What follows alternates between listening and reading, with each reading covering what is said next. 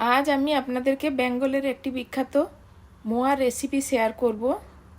খুবই সিম্পল রেসিপিটি আমি আমার মতো করে আপনাদের কাছে শেয়ার করব। আপনারা একবার এভাবে বানিয়ে দেখবেন, খেতে খুব ভালো লাগবে।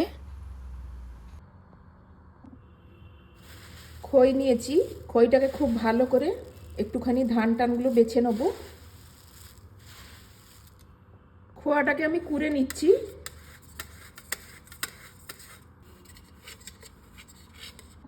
খোয়াটা আমি কুড়ে নিয়েছি।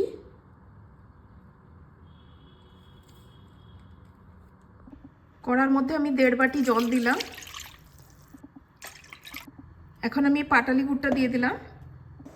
গুড় জলটা ফুটে গেছে। এখন আমি এর মধ্যে কিছুটা গুড় জল তুলে রাখবো।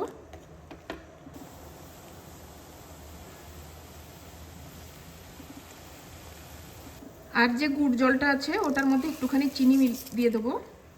এই গুড়টার আমি একতারের একটা সিরা বানিয়ে নেব।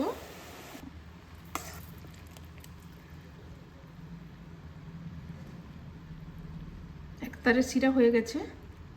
এর মধ্যে আমি এখন একটু ঘি দিয়ে দিলাম,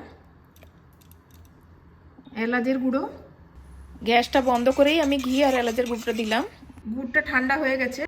এখন আমি খইয়ের মধ্যে একটু একটু করে এটা দিয়ে দেবো।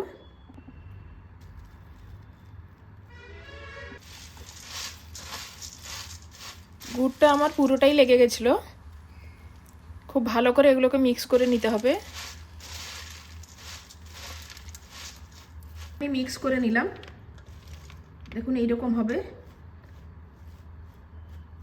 গুড়ের যে জলটা রেখেছিলাম ওটাও আমি একটু একটু করে এখানে দিয়ে দেবো, অল্প অল্প করে দেবো।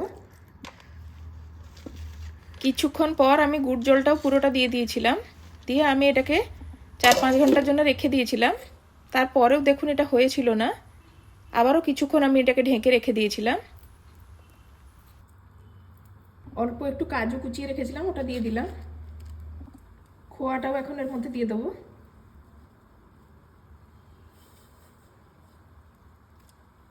এখন এটাকে খুব ভালো করে মেখে নেব।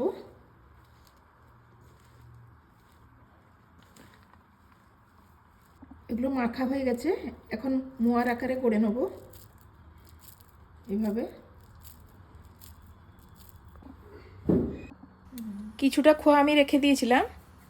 এভাবে আমি ছাঁকনির মধ্যে দিয়ে খোয়াটাকে নিয়ে নিলাম। এখন এর মধ্যে আমি কিছু কিশমিশ লাগিয়ে দেবো। আপনারা একবার এভাবে মোয়া বানিয়ে দেখবেন, খেতে খুব ভালো লাগবে। আপনারা দেখে বুঝতেই পারছেন কতটা সফট হয়েছে।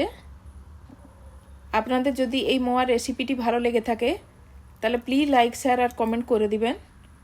চ্যানেলে যদি প্রথমবার হয়ে থাকেন তাহলে প্লিজ সাবস্ক্রাইব করে দিবেন। আপনারা কে কোথা থেকে দেখছেন প্লিজ আমাকে কমেন্ট দিয়ে জানাবেন।